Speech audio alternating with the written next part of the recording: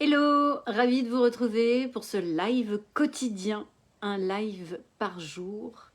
Je suis Julie Girard, coach d'affaires au service de la qualité de vie du dirigeant et de ses équipes. Et donc dans ce fil, je viens vous partager un cadeau mal emballé, une leçon acquise, personnelle et recroisée avec ma clientèle, dans l'optique de la faire résonner aussi pour vous et que vous puissiez en profiter pour récupérer des pop-up et des déclics, peut-être conscients ou inconscients. Dans la discussion de ce soir que j'avais avec un membre de ma famille, on parlait des fêtes de Noël.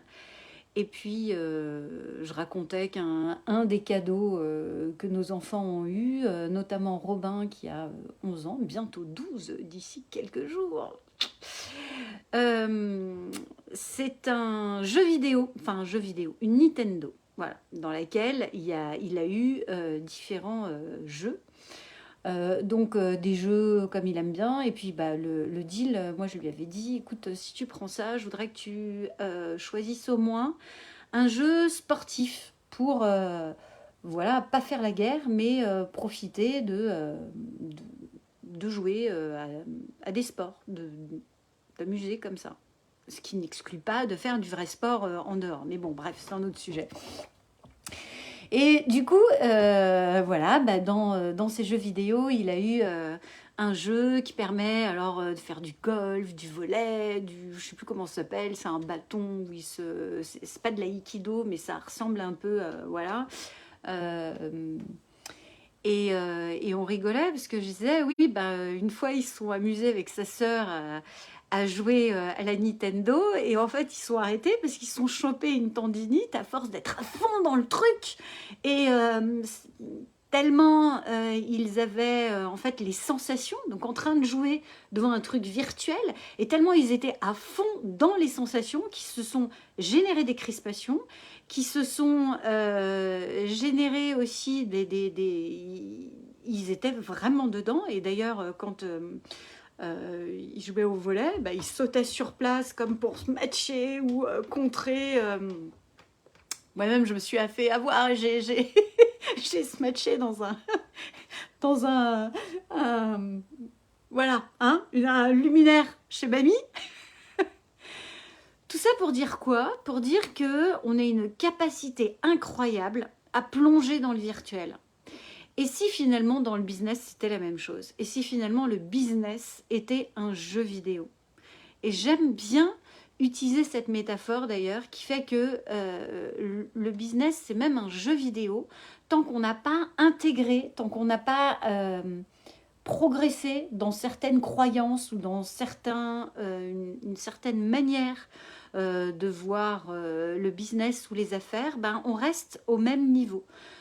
Une fois qu'on a dépassé certaines croyances limitantes, on peut passer au niveau suivant. Et je trouve que c'est vraiment ce qui se passe dans le business. Quand on passe des paliers et des caps, sont des paliers et des caps de maturation, sont des paliers et des caps où on a lâché des croyances limitantes, des a priori, des freins, qui, quand on est entrepreneur, sont encore plus révélateurs de la performance de notre entreprise et notre business. Et dans ce que j'aime bien dans cette métaphore du jeu vidéo, c'est qu'en fait, si on abordait le business avec ce détachement, ce serait tellement plus fun. Et finalement, quand on